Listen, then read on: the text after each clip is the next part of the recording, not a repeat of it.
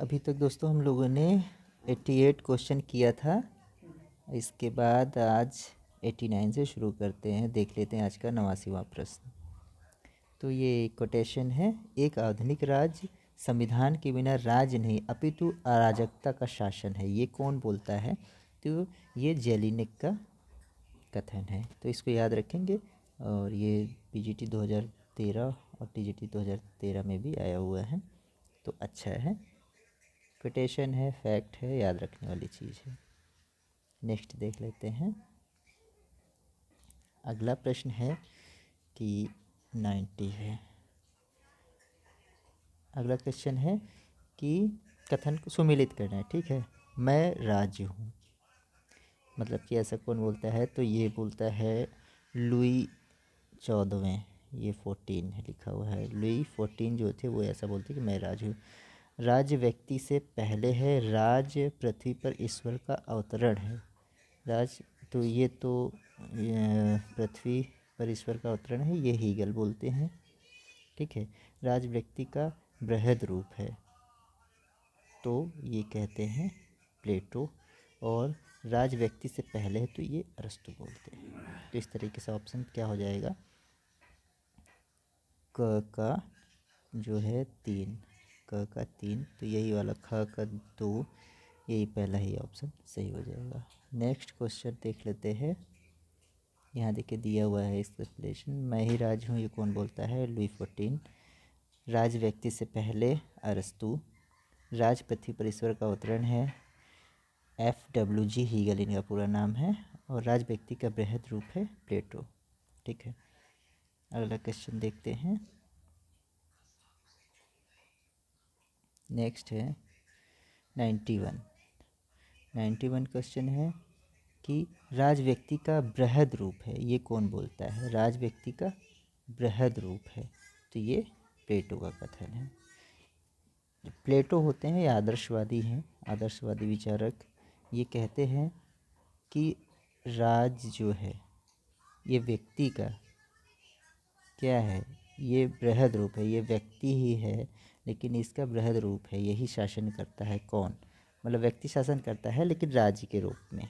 ठीक है, तो ये क्योंकि राजा को, जो दार्शनिक राजा को सर्वोच्च मानता है, इसलिए ऐसा बोलता है। तो राज व्यक्ति का बृहद रूप है, तो इसमें हो जाएगा ऑप्शन ए सही, प्लेटो।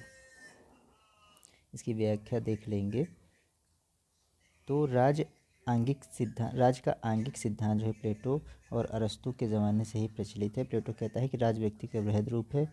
उसने व्यक्ति और राज के गुणों की विस्तृत व्याख्या प्रस्तुत की। उसके अनुसार व्यक्ति के व्यवहार 3 स्रोत हैं।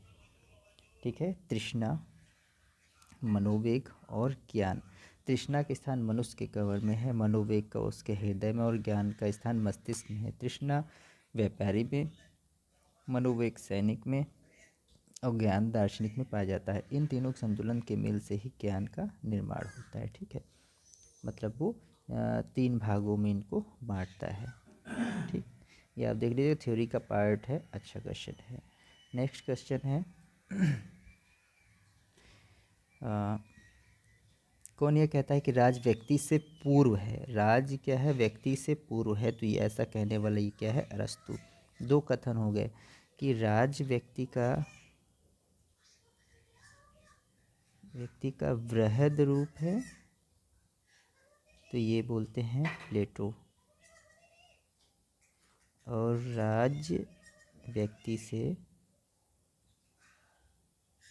पूर्व है, तो ये बोलते हैं अरस्तु या एरिस्टोटल। ठीक, ये याद रखें, कंफ्यूजन करेंगे तो गलत हो जाएगा। राज्य व्यक्ति के पूर्व है, तो ये अरस्तु हो गया। ठीक है, अच्छा क्वेश्चन है।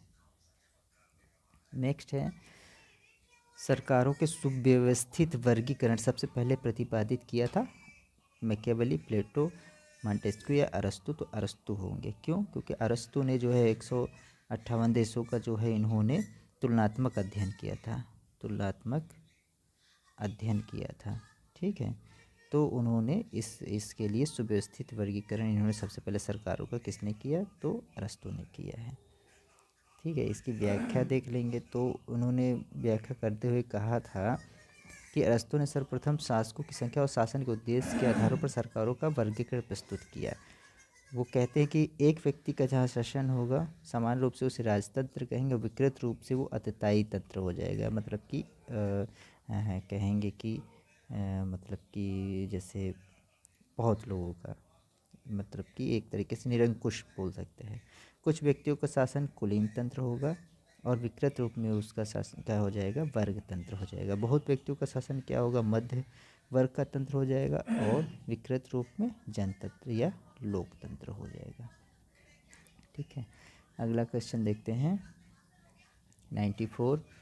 राज्यों का वर्गीकरण सर्वप्रथम किसने किया? तो राज्यों का वर्गीकरण सर्वप्रथम जो है अरस्तु ने किया। इन्होंने ही जो है कई देशों के संविधानों का अध्ययन किया और उसका जो है ठीक से वर्णन किया था। ठीक है, विस्तृत रूप से वर्णन किया था। ये अभी पिछला क्वेश्चन हम लोगों ने देखा था।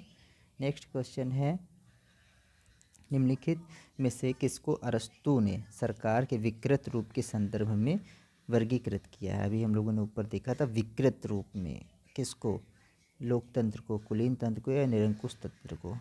तो सभी को विकृत रूप में जो है उन्होंने जो है बताया था। ठीक है, सभी का विकृत रूप। अब ये सभी विकृत ही रूप है, निरंकुश तंत्र भी विकृत रूप है, कुलीन तंत्र भी विकृत रूप है, लोकतंत्र भी, जनतंत्र जो अभी आया हुआ था ये भी विकृत रूप ही है। ठीक है, अगला देख लेते हैं। नेक्स्ट क्वेश्चन है कि अरस्तु ने राज्यों और संविधानों का वर्गीकरण किस प्रकार किया है? तो निर्मित और पारंपरिक रचना के आधार पर या शासकों की संख्या और शासन की गुणवत्ता के आधार पर, धार्मिक प्रभाव के आधार पर, आर्थिक प्रभुता के आधार पर। ये भी गलत है, ये भी गलत है और ये भी गलत है। तो उन्होंने शासकों की संख्या, अभी हम लोगों ने ऊपर पढ़ा था, शासकों की संख्या और शासन की गुणवत्ता के आधार पर जो है शासन के संविधानों का या सरकारों का वर्गीकरण किया था। नेक्स्ट क्वेश्चन है, अरस्तु के अनुसार राज्य का अस्तित्व दैवी इच्छा का परिणाम है, बल और भय का परिणाम है, केवल राजनीतिक और धार्मिक संयोग है या विकास का परिणाम है? तो अरस्तु मानता है राज्य का जो विकास होता है, राज्य का जो अस्तित्व है वो विकास का परिणाम होता है। ठीक है, सिंपल सा क्वेश्चन। ये थ्योरी है, जब आप लोग पढ़ेंगे तो आपको समझ में आएगा। और बाकी इनका जो है ये व्याख्या है, आप देखना चाहें देख लीजिएगा पॉज करके। नेक्स्ट क्वेश्चन देखते हैं। अरस्तु के अनुसार राज्य क्या है? एक दैवी संस्था है, नहीं एक कृत्रिम संस्था है, नहीं शक्ति की उपज है, नहीं एक प्राकृतिक संस्था है। ठीक, अरस्तु राज्य को एक प्राकृतिक संस्था मानता है ना। नेक्स्ट देख लीजिएगा, सब थ्योरी का पार्ट है।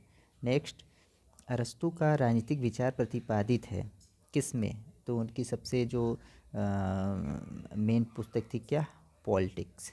ठीक है, उनकी मेन बुक थी पॉलिटिक्स, उसमें जो है अपने राजनीतिक विचारों को इन्होंने दिया हुआ है। ठीक है ना, तो याद रखेंगे। लॉज में नहीं, स्टेटमेंट्स में नहीं, ये सब हैं किसकी, प्लेटो की पुस्तकें हैं वो दोनों। नेक्स्ट क्वेश्चन देखते हैं, अरिस्टोटल, अरिस्टोटल मतलब अरस्तु, कंफ्यूज मत होइएगा। अरस्तु के अनुसार क्या है? राज्य एक ईश्वरीय संस्था है, नहीं। राज्य एक कृत्रिम सृष्टि है, राज्य बल की सृष्टि है, राज्य एक स्वाभाविक संस्था है। तो इसमें राज्य एक स्वाभाविक संस्था है हो जाएगी। क्यों? क्योंकि जो है राज्य क्या कहते हैं कि कृत्रिम है, बनी हुई है। ठीक है ना, कृत्रिम है, बनी हुई है, तो राज्य एक स्वाभाविक संस्था हो जाएगा। नेक्स्ट देखते हैं, अरस्तु के अनुसार राज्य परिवार का व्यापक रूप है, नैतिक और प्राकृतिक संस्था है, जनता के मध्य समझौते का परिणाम है, जनता और शासक के बीच समझौते का परिणाम है। तो समझौते का परिणाम है जो है ये तो हॉब्स लॉ रूसो का है। समझौते की बात करते कौन, हॉब्स लॉ रूसो। ठीक है, यहाँ पर नैतिक और प्राकृतिक संस्था बताता है राज्य को। ठीक है, यहाँ पर नैतिक और प्राकृतिक समझौते की बात कौन करता है, हॉब्स लॉक और रूसो, हॉब्स लॉक और रूसो। नेक्स्ट क्वेश्चन देखते हैं, आदमी एक सामाजिक प्राणी, आदमी या मनुष्य एक सामाजिक प्राणी है, ये अरिस्टोटल या अरस्तु का कथन है। ठीक है, बाकी प्लेटो और लॉस की ये सब दिया हुआ है, तो ये लेकिन अरिस्टोटल का कथन है। ये सब याद करने वाली चीज़ें है, फैक्ट है और बहुत ही पूछता है। मैं ही राज हूँ, अभी हम लोगों ने मिलान वान किया था, तो लुई 14th, लुई 14वें का ये कथन है कि मैं ही राज हूँ। नेक्स्ट क्वेश्चन देख लेते हैं। मैं ही राज हूँ ऐसा किसने कहा? तो वही लुई 14। देखिए इसमें जो 14 लिखता है ना, इस तरीके से लिखता है तो कंफ्यूज करता है, कंफ्यूज नहीं होइएगा। राज के आवश्यक तत्व हैं, राज्य के आवश्यक तत्व हैं तो चार तत्व हैं। ये पहले जब हम लोग शुरुआत में किया था तो मैंने बताया भी है। तो सबसे पहले एक जनसंख्या, ठीक है, पहला तत्व। फिर दूसरा तत्व हो गया निश्चित भूभाग। फिर तीसरा हो गया सरकार और चौथा हो गया संप्रभुता, प्रभुता या इसको प्रभुसत्ता भी बोलते हैं, ठीक है। तो इसका उत्तर हो जाएगा 4, याद रखेंगे। ये ऐसा भी हो सकता है चारों ऑप्शन में दे बोले इनमें से कौन एक गलत है, ठीक है, तो उसमें भी छांट सकते हैं, तो ऐसा भी दे सकता है। राज्य का कार्य अच्छे जीवन की बाधाओं के मार्ग में बाधा पहुंचाना है। अच्छे राज्य का कार्य अच्छे जीवन की बाधाओं के मार्ग में बाधा पहुंचाना है। जो राज्य का मतलब कार्य क्या है? जो अच्छे जीवन के लिए जो बाधाएं हैं उनके मार्ग में बाधा पहुंचाना है। ये ऐसा कौन बोलता है? तो ये ग्रेट इम्पॉर्टेंट है, याद रखेंगे। नेक्स्ट क्वेश्चन देख लेते हैं, 7वां। निम्नलिखित में से किसने राज्य के कार्य का संबंध बाधाओं को बाधित करना, ग्रीन, याद रखेंगे। बाधाओं को बाधित करना ग्रीन, इतना ही याद रखेंगे, ये ग्रीन का कथन है। नेक्स्ट क्वेश्चन है 108। ये है शक्ति नहीं बल्कि सदिच्छा राज्य का आधार है। शक्ति नहीं, इच्छा, मतलब कि ये मोरालिटी की बात करते हैं, तो ये आदर्शवादियों का विचारधारा है, ठीक। शक्ति नहीं बल्कि इच्छा जो है, सदिच्छा मतलब जो सद्गुण वाली इच्छा है वो, ये कौन बोलता है? ये आदर्शवादी जो भी होते विचारक वो ऐसी बात करते हैं।